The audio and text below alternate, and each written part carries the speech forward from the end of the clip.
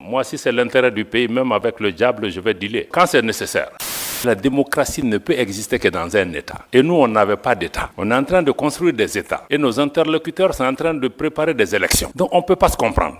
Le sort de nos pays ne va pas se décider à Bruxelles, à Paris, à Washington ou à Londres. Ça se décidera à Bamako, à Ouagadougou, à Niamey, etc.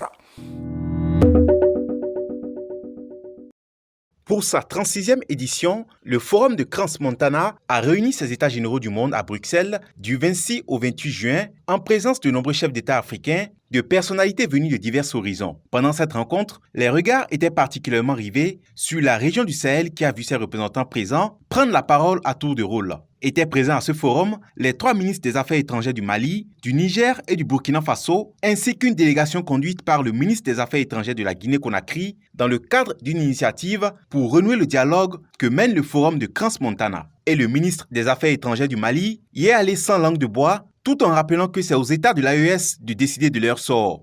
Les représentants de l'AES justifient leur présence à ce forum par une volonté de dialogue. C'est la première sortie pour nous, États membres de l'AES, en dehors de l'Afrique. Donc ça veut dire que nous sommes prêts, sinon on aurait pu vous dire que venez parler en Afrique avec nous. Mais si on est venu, c'est qu'on est ouvert, on veut que vous lisez la dynamique de l'AES à travers nous et non à travers des personnes qui sont mandatées ou qui ne sont même pas mandatées, qui analysent notre région, qui parlent en notre nom. Le sort de nos pays ne va pas se décider à Bruxelles, à Paris, à Washington ou à Londres. Ça se décidera à Bamako, à Ouagadougou, à Niamey, etc. Moi, si c'est l'intérêt du pays, même avec le diable, je vais dealer. Face à la non-assistance aux sanctions imposées par la CEDEAO en inadéquation avec les textes de l'organisation et dans le but d'avoir une meilleure gouvernance, tenant compte des besoins réels et urgents des populations, l'AES a été créée. C'est une suite de leçons aussi parce que les 3 pays ont compris qu'ils avaient la possibilité de mettre ensemble leurs forces, étant donné qu'aucun appel au secours n'a été entendu ou répondu efficacement,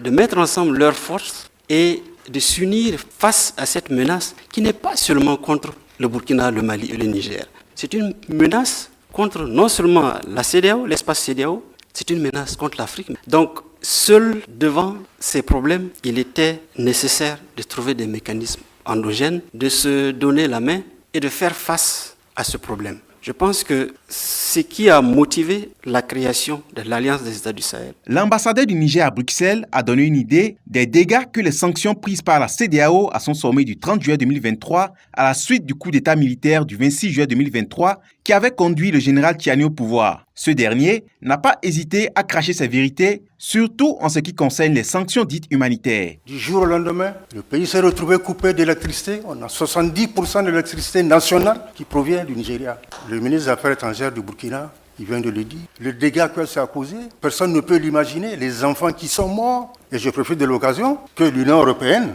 a soutenu les sanctions de la CEDEAO. Il s'agissait de quoi, en réalité? Il s'agissait de faire souffrir au maximum les enfants, les femmes et le peuple nigérien. C'était ça.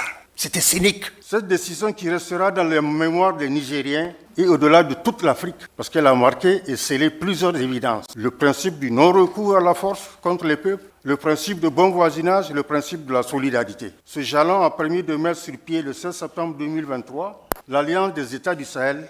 Il faut rappeler que durant ces 2 jours, l'AES a été au cœur de la capitale européenne, tant à l'occasion du forum de Crans-Montana que dans le cadre des activités organisées en marge de cette rencontre. Cette nouvelle alliance entre ces 3 pays de l'Afrique de l'Ouest change désormais la configuration géopolitique de la région ouest-africaine.